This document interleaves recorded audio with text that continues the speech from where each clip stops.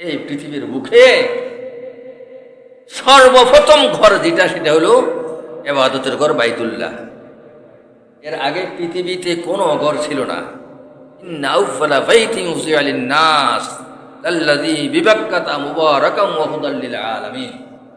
এই পৃথিবী যখন আল্লাহ তাআলা সৃষ্টি করছেন কোনো ঘর ছিল না।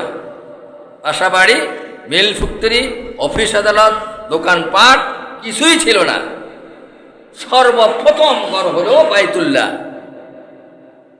এই বাইতুল্লাহ শরীফ 5 বার নির্মাণ করা হয়েছে। সর্বপ্রথম হযরত আদম আলাইহিস সালাম বাইতুল্লাহ শরীফ নির্মাণ করছেন। আল্লাহ তাআলা হযরত জিবরাইল আলাইহিস সালামকে আদম আলাইহিস সালামের কাছে হুকুম দিয়ে পাঠাইছেন যেন তিনি বাইতুল্লাহ শরীফ আল্লাহর ঘর নির্মাণ করেন। কোথায় করবে সেটাও স্থান দেখাই দিয়েছেন হযরত জিবরাইল আলাইহিস সালাম। হযরত আদম আলাইহিস সালাম বাইতুল্লাহ শরীফ নির্মাণ কাজ যখন শেষ করছেন, আল্লাহর পক্ষ থেকে হুকুম আসছে তুমি এই ঘরের তওয়াফ করো। বাইতুল্লাহতে নামাজ তো হয়, নামাজের ওয়াক্তে শুধু 5 বার, যেটা আমরা এখানে পড়ি 5 বার, কিন্তু তওয়াফ হয় 24 ঘন্টা। 24 ঘন্টা তওয়াফ হয়। শুধু ফরজ নামাজের নিয়ত করছে, সালাম ফিরানো পর্যন্ত তওয়াফ বন্ধ। সালাম ফিরাইছে 1 সেকেন্ড দেরি নেই, হাতের সাথে তওয়াফ আবার শুরু। দিবা রাত্র আপনি হয়তো মনে করবেন যে আমি রাত্রে 2টা বাজে গেলে মনে হয় একটু সুযোগ পাবো, একটু আমি ভিড় কম পাবো। দেখা গেছে যে আপনার মতন বহু আশেক, বহু আবেগী, সেও নির্ণয় করে রাখছে আমিও 2টা বাজে যাবো। দেখা গেছে আপনার দিনের 12টার সাথে অনেক বেশি। কি করেন আমার মিজান ভাই তো ওই বছর গেছে, হয় যে আল্লাহ তাআলা আমাকেও নিচে দেখা হয়ে গেছে ওখানে। যে আপনি মনে করেন যে রাত্রে 4টা বাজে 2টা বাজে শুধু একটু হজের আসরটা সুমাদুমু, দেখবেন যে আল্লাহর বহু আশেক ওই সময়কে নির্ণয় করে রাখছে দিনের অন্য সময়ের সাথে বেশি। কোনো সুযোগ নাই, তওয়াফ শেষ নেই। বাইতুল্লাহ শরীফ নির্মাণের পর থেকে যে তওয়াফ শুরু, আল্লাহর পক্ষ থেকে হুকুম আসছে হে আদম তুমি হইলাম মানুষের মধ্যে সর্বপ্রথম মানুষ, আর এই ঘর হলো সর্বপ্রথম ঘর যেটা ইবাদতের জন্য সৃষ্টি করা হয়েছে। तुम पहले आदमी है और ये पहले घर है जो इबादत के लिए पैदा किया बनाया गया। তুমি সর্বপ্রথম মানুষ আর এই ঘর হলো সর্বপ্রথম ঘর ইবাদতের জন্যই বানানো হয়েছে। তাহলে বোঝা যা আমাদেরকে আল্লাহ তাআলা বানাইছেন ইবাদতের জন্য। যদি ইবাদতের জন্য না বানাইতেন আগে কইতো বসবাসের ঘর তৈরি করো, ব্যবসার ঘর তৈরি করো, মিল ফ্যাক্টরি তৈরি করো, না আগে ইবাদতের ঘর তৈরি করছেন। এই জন্য আমাদেরকে বানাইছে ইবাদতের জন্য, দুনিয়ার জন্য। ওগুলো আমাদের জরুরত, প্রয়োজন মতে ঘর বাড়ি করবো, ব্যবসা বাণিজ্য করবো, এটা আরাম না যাই না, প্রয়োজন মতে, জরুরত মতে এবং ন্যায় নীতিভাবে ইবাদত হবে। নিজে বাঁচা, সন্তানকে খাওয়ানো, মা বাবার সেবা করা, এগুলো ইবাদত, সমাজের সেবা করা ইবাদত। তাহলে সর্বপ্রথম হযরত আদম আলাইহিস সালাম বাইতুল্লাহ শরীফ নির্মাণ করেন। 2 নম্বর হযরত ইব্রাহিম আলাইহিস সালাম ওনার সন্তান হযরত ইসমাঈল আলাইহিস সালামের সহযোগিতায় দ্বিতীয়বার বাইতুল্লাহ শরীফ নির্মাণ করেন, যখন নূহ আলাইহিস সালামের তুফানে বাইতুল্লাহ শরীফকে সম্পূর্ণ নিচ্ছিন্ন করে দেয়। নূহ আলাইহিস সালামের তুফান তো আপনারা জানেন 40 দিন ধরে তুফান হয়েছে। নির্দিষ্ট কিছু আল্লাহর বন্দা যারা নূহ আলাইহিস সালামের নৌকায় উঠছে এরা ছাড়া সব নষ্ট হয়ে গেছে, নিঃশেষ হয়ে গেছে।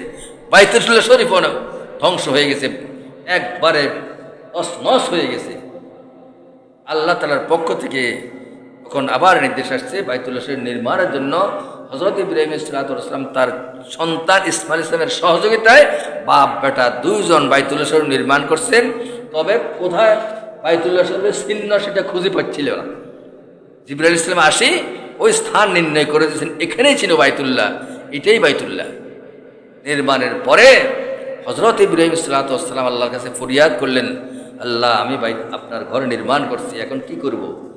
তখন ঘোষণা হলো যে তুমি হজের এলান দিয়ে দাও।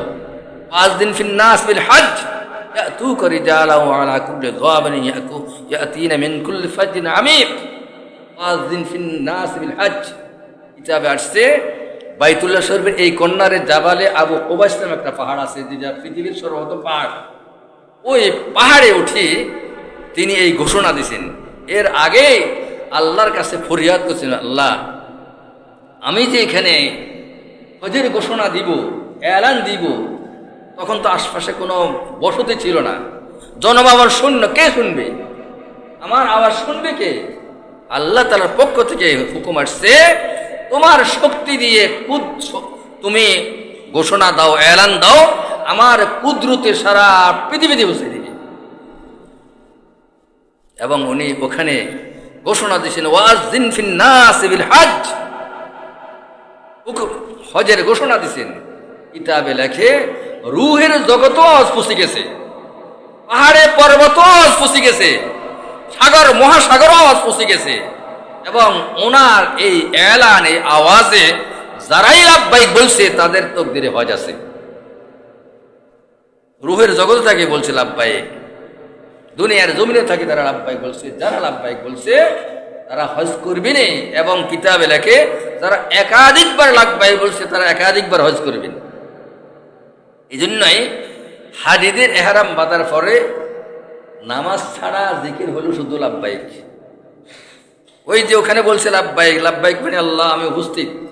এখন সরাসরি সশরীরে বাস্তবে এহরাম মাদি সে উপস্থিত হয়ে গেছে। এখন বলতেছে লাব্বাইক আল্লাহুম্মা লাব্বাইক, লাব্বাইক লা শারীকা লাক লাব্বাইক, ইন্নাল হামদা ওয়ান নি'মাতা লাকা ওয়াল মুলক লা শারীকা লাক। এহরাম বাঁধা করা পর্যন্ত, এহরাম থেকে পবিত্র হওয়া পর্যন্ত শুধু জিকির হলো এই তালবিয়া, আল্লাহ আমি উপস্থিত, আল্লাহ আমি উপস্থিত, লা শারীকা লাক, তোমার কোনো শরীক নাই, ইন্নাল হামদা ওয়ান নি'মাতা লাকা ওয়াল মুলক, সমস্ত নেয়ামত, সমস্ত প্রশংসা, সমস্ত রাজত্ব তোমার, লা শারীকা লাক, তোমার কোনো শরীক নেই। শুধু এই এলান, এই ঘোষণা। এরপরে হযরত ইব্রাহিম ইসলাম দ্বিতীয় যে কথা বলছেন, আল্লাহ আপনার ঘর নির্মাণ করা শেষ হয়ে গেছে, তবে কিছু জিনিসপত্র বাঁচি গেছে।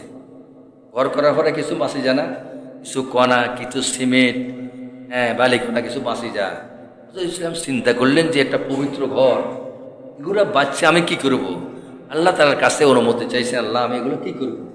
আল্লাহ তাআলা বললেন তুমি সারা পৃথিবীতে ছিটাই দাও। ইব্রাহিম ইসলাম বললেন যে আমি একজন মানুষ, যদিও নবী, আমি সারা পৃথিবীতে কীভাবে ছিটাইব?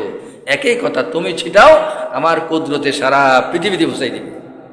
এটা ছিটাই দিয়েছেন সারা পৃথিবীর জলে, স্থলে, পাহাড়ে, পর্বতে এটা পৌঁছে গেছে। এবং কিতাবে আসছে এই বালি কণা যেখানে পড়ছে সেখানে একটা আল্লাহর ঘর, মসজিদ নির্মাণ হবে।